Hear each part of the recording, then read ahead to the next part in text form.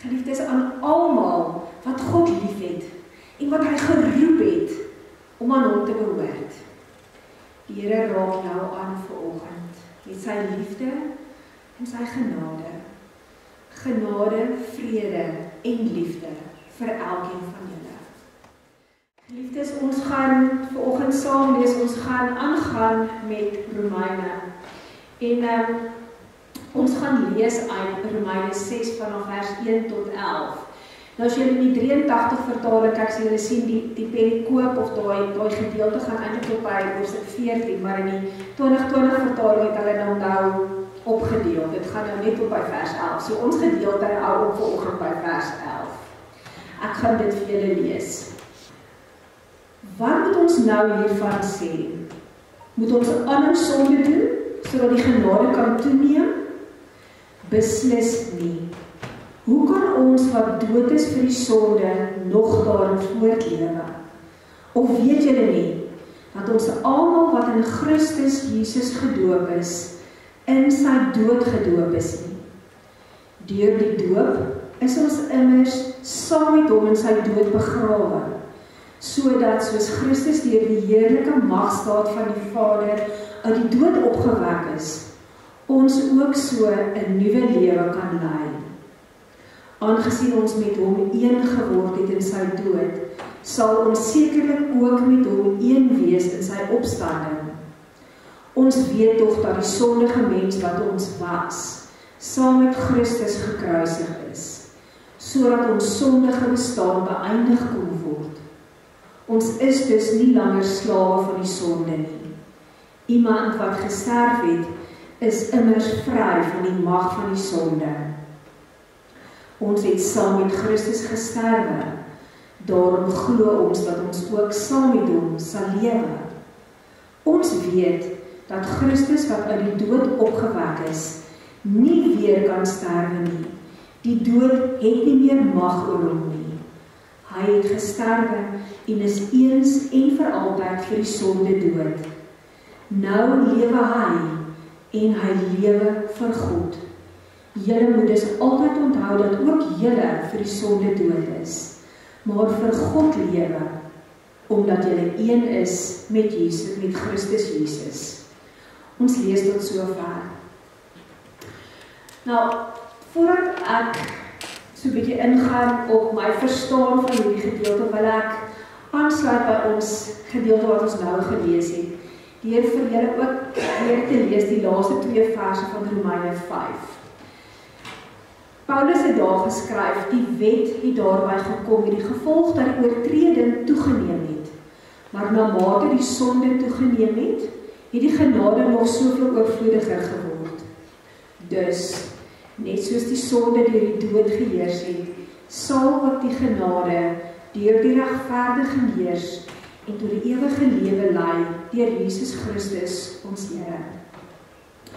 Die gedeelte wat ons vanoggend gelees het in Romeine 6 vers 1 begin deur Paulus wat 'n vraag vra. Ek wil amper sê in reaksie op daai laaste gedeelte en Dominikoos het daaroor gepreek verlede week. En hy vra, sal ons in die sonde bly voortleef sodat die genade kan toeneem? Ek dink wat as ons God se genade nie reg verstaan nie, dan kan 'n mens dink dat ons nou maar eintlik net kan voortleef soos wat ons wil. Genade beteken om die teenoorgestelde te kry van dit wat ons verdien. Geliefdes, ons elkeen van ons, niemand is beter as 'n ander. Elkeen verdien die ewige dood en die straf op ons sonde. Maar hulle wat aan God behoort, sy kinders, kry die ewige lewe. In Jesus Christus is ons nou nie meer die ou mens wat deur die sonde oorheers word nie. Ons is vrygemaak van die sonde. Die sonde heers nie meer oor ons nie. Ons is dood vir die sonde. Tot watter gevolgtrekking moet ons dan nou kom? As die mens se sonde dan daartoe gelei het dat God sy genade uitgestort het, moet ons nie nou nog meer sondig, sodat sy genade meer kan word, meer oorvloedig kan word nie? Beslis nie, sê Paulus. Want hoe kan jy, as jy dood is vir die sonde, dan nog daarmee aanhou? Iemand wat aan Christus behoort, is 'n nuwe mens. Ons lees dit nogal raak in 2 Korintiërs 5 vers 17. Daar staan, presies soos ek nou gesê het, iemand wat aan Christus behoort, is 'n nuwe mens. En met die nuwe jy, hierdie nuwe mens, bedoel ek nie dat jy net 'n beter mens is nie. Nee, ons is nie gemaak, oorgemaak, soos 'n klein nuwe mensie wat gebore word. En dis nie iets wat jy bereik het nie. Dis nie deur jou goeie dade of goeie dinge wat jy doen nie. Dis nie 'n kwessie van dat jy hard daarvoor gewerk het nie en dit toe reg gekry het om 'n nuwe jy te word nie. Nee, God het van jou 'n nuwe jy gemaak. Dis aan jou gegee. Jy het dit nie uit jou eie uit reg gekry nie. Weet julle, jou doop sê vir jou, jy's 'n nuwe jy. Jy's nou dood vir die sonde en lewend vir God. Jy kan nie net aanhou sonde doen nie. Dit pas net nie by wie jy nou is nie. Jy's dan nou nuut gemaak. As jy aanhou met die sonde, is jy ontrou aan wie jy is. Jy is ontrou aan hierdie nuwe status, hierdie nuwe identiteit wat God vir jou gegee het. Die doop, ons doop, is 'n teken van verandering vanaf 'n ou mens na 'n nuwe mens. In vers 3 en 4 lees ons hierdie woorde. Weet julle nie, dat ons wat in Christus Jesus ingedoop is, in sy dood ingedoop is nie. Deur die doop is ons saam met hom in die dood begrawe. Paulus gebruik hier die gebruik van die doop, om vir ons te leer dat dit eintlik net ondenkbaar is vir gelowiges, om aan te hou met sondig. Maar die vraag is nou onmiddellik toe ek hierdie gedeelte gelees het, na watter doop verwys Paulus nou hier? En ek dink my eerste gedagte, my eerste idee hieroor was, Paulus praat van die bekeringsdoop, of die groot doop. Nou, ek wil nie vanoggend regtig heel fokus op daarop ingaan nie. Dalk gaan dit opduik en ons vra wat pla in 'n sessie volgende Woensdag. Maar ek dink ek wil vir julle so ietsie deel oor wat die doop is, die betekenis van die doop.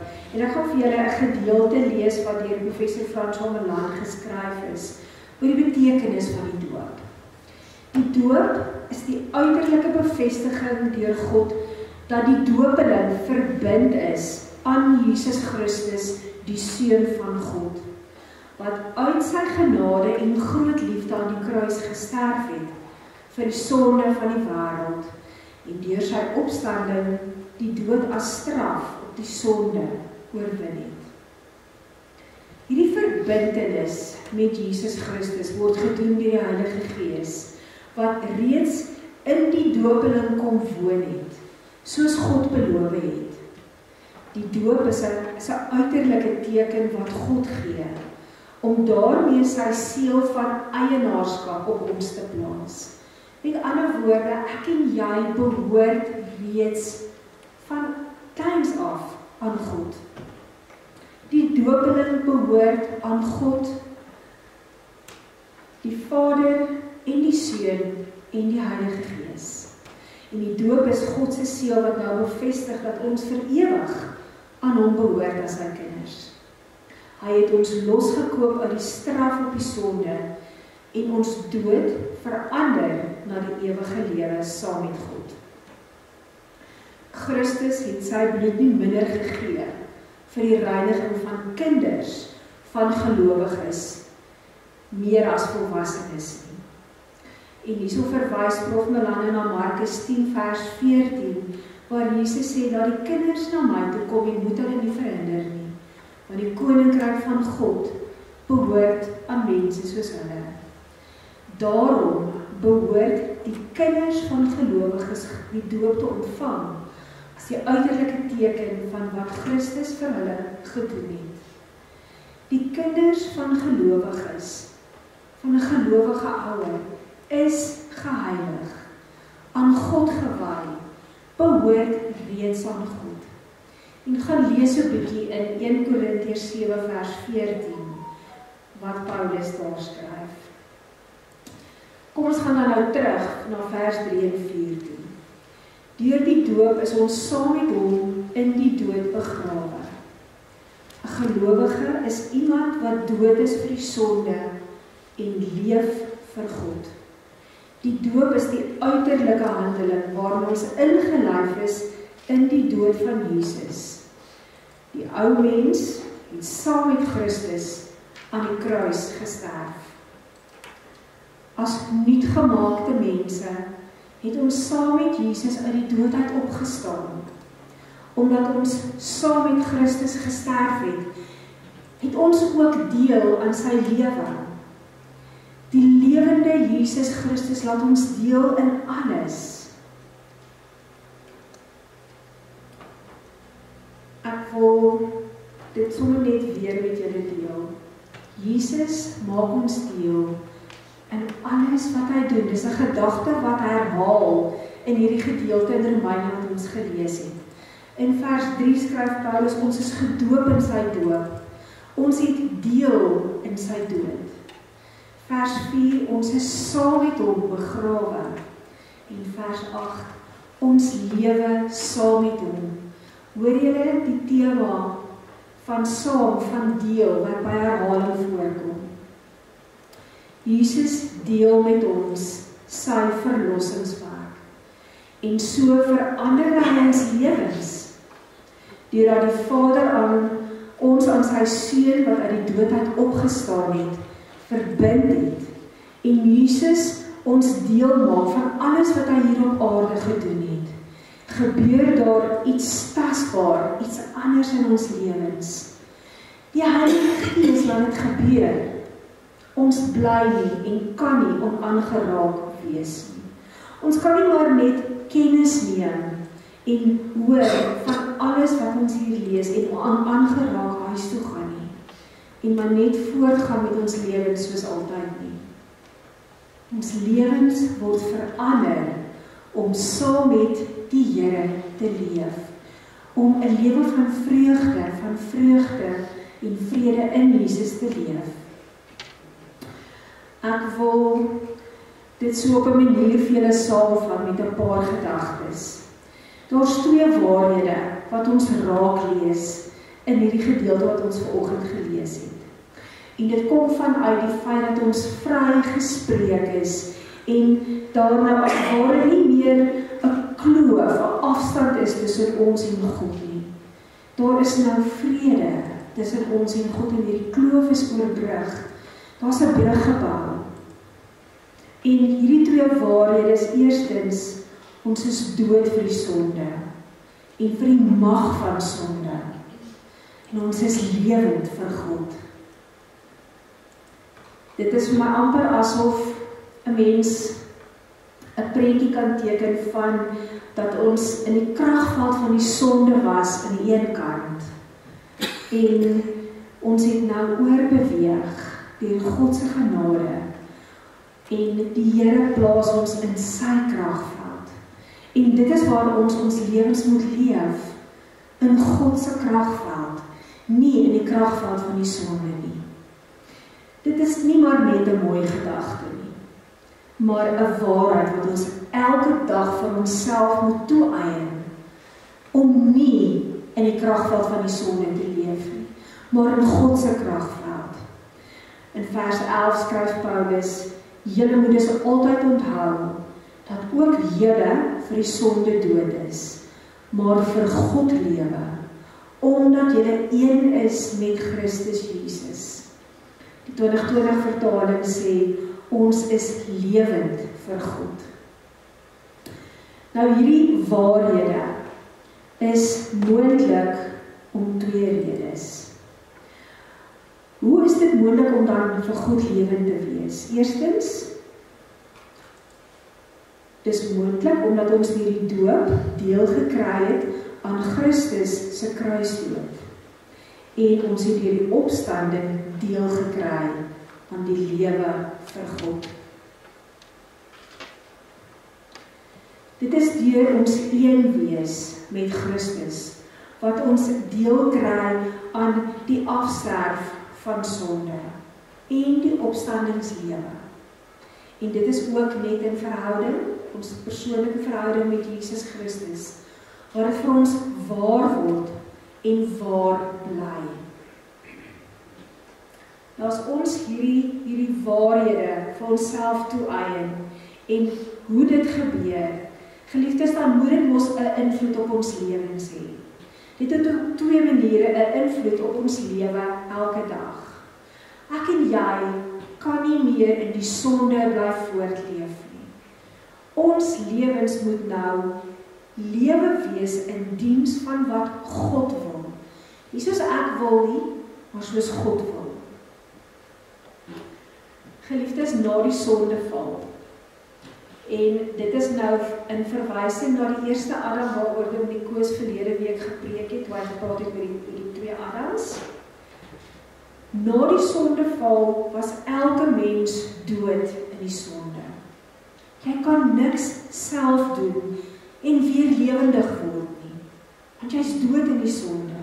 Ons elkeen verdien die ewige dood as straf op ons sonde, maar God se kinders kry die ewige lewe. Ons is vrygemaak van die sonde. Jesus is nou ons Here. Die sonde heers nie meer oor ons nie. Ons is nie meer slawe van die sonde nie. Dit beteken natuurlik nie dat ons in hierdie lewe nie meer die gevolge van sonde ervaar nie. In die wêreld waarin ons leef, onsself doen steeds sonde. Ons is steeds omring van sondige dade rondom ons. En dit beteken ook nie dat ons in ons eie lewe nie teen die sonde stry nie. Meeste van ons kan verseker getuig van hierdie stryd in ons.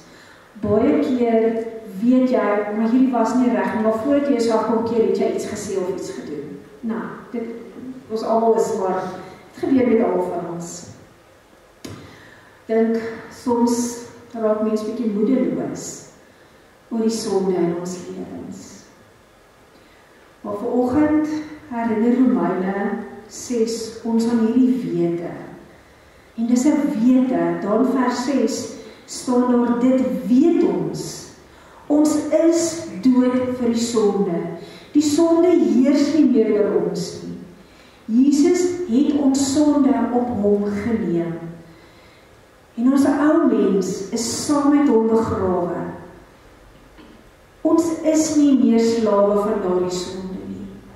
Die Here het ons nuut gemaak, nie beter nie, nuut gemaak, oorgemaak. Met hierdie versekering en troos kan ek en jy saam met God in ons teen die sonde stry. Ons kan vasgryp aan Jesus Christus en weet dat ons aan hom behoort. Wanneer ons in hierdie stryd val en dit ons partykeer wil oorweldig, dan hou ons vas aan hom as ons verlosser en saligmaker. Iemand wat dood is vir die sonde, iemand wat God se genade ken, lewe nie in sonde voort nie. Ons kan nie aanhou voortleef om dieselfde verkeerde dinge oor en oor te doen nie. Ons is saam met Christus begrawe en ons is saam met hom opgewek. Dieselfde krag waarmee ons Here Jesus uit die dood uit opgewek is die krag waarmee ek en jy ook opgewek is tot 'n nuwe lewe. 'n Lewe wat ons vir God leef, in diens van God. 'n Lewe waarin die sonde nie meer oor ons heers nie. En ons nie meer aan onsself behoort nie, maar aan Jesus Christus. 'n nuwe lewe waaraan ons aan hom alleen behoort. Hy het ons syne gemaak, ons is sy eiendom. Die nuwe lewe wat ek en jy as 'n geskenk kry, leef ons nie vir onsself nie, maar vir God. Nie uit ons eie krag nie. Want uit ons eie krag is dit nie moontlik om hierdie stryd teen die sonde te stry nie. Maar as mense wat kragtig opgewek is uit die dood tot 'n nuwe lewe. Hoe weet ons as gelowiges dit? Geliefdes, ons glo dit. En onthou, geloof is nie iets wat uit jouself uitkom nie. Geloof is 'n geskenk, 'n gawe van God. En onthou jou doop. Dink aan jou doop, onthou dit. Om een of ander rede, dink ons as gelowiges heeltemal te min aan ons eie doop. Ons dink dit het gebeur toe ek 'n kind was, toe ek nie vir myself kon besluit nie. En ons vergeet so maklik dat die doop 'n teken en 'n seël is, dat jy reeds van daardie klein ouderdom af aan die Here behoort. Die doop self red jou nie, verseker nie. Maar die doop wys vir ons is 'n teken van dit wat Christus vir my en vir jou gedoen het. In Romeine 6 vers 4 lees ons, deur die doop is ons dus saam met hom in die dood begrawe, sodat net soos Christus deur die magtige heerlikheid van die Vader uit die dood opgewek is, so ook ons 'n nuwe lewe sal lei. Die doop wys vir ons dat ons dood is vir die sonde en lewend is vir God. Geliefdes, jy is opgewek tot 'n nuwe lewe wat jy nou leef. Nie 'n beter een nie. Ek het al 3 keer vanoggend gesê, hoor mooi, nie 'n beter lewe nie, 'n nuwe een. Hou vas aan die kruis en die opstanding en onthou jou doop en lewe vir God. Amen. Here, ons het begin vanoggend om te sê dat ons fokus op U wil plaas vanoggend. En ons fokus is so baie keer op onsself en dit wat ons wil hê en hoe ons lewens wil hê. En net so klein bietjie op U. Dalk omdat ons so gemaklik geraak het om net ons gewetes te sus met die regte hoeveelheid bid, die regte hoeveelheid Bybel lees, dat ek tog net weet, maar ek het dit gedoen. Tog rig ons lewens rondom onsself in en ons eie goed. Ons rig ons lewens so in, Here, dat daar eintlik nie plek is vir U nie. U raak weg in ons lewe, U raak weg in ons dagboeke elke dag, U raak weg in ons vriendekring, in ons kuiers, U raak weg, Here, en vergewe ons, ook in ons kerk. U raak weg in die wêreld, Here, en dan sien ons nie meer die donker impak op hierdie wêreld nie. Want die lig van die kerk het flou geraak. Dis eintlik nie meer vir ons vreemd dat ons nie 'n impak het op hierdie wêreld nie. Here, ek bid vanoggend dat ons as gemeente in ons saam wees, in wat ons ook al doen, Here, dat ons, wanneer ons hier saam is, dat nie maar net 'n plek sal wees waar mense op 'n Sondag saam is nie. Gemaklik, mooi aangetrek. Maar dan los ons Jesus by die deur. As ons uitgaan, en aangaan met ons eie lewens vir die res van die week. Here, daarom bid ek, Here, laat ons weer ontdek wie U is. En wat anders, Here, maak meer sin in ons lewens, as om ons oog op U gerig te hou.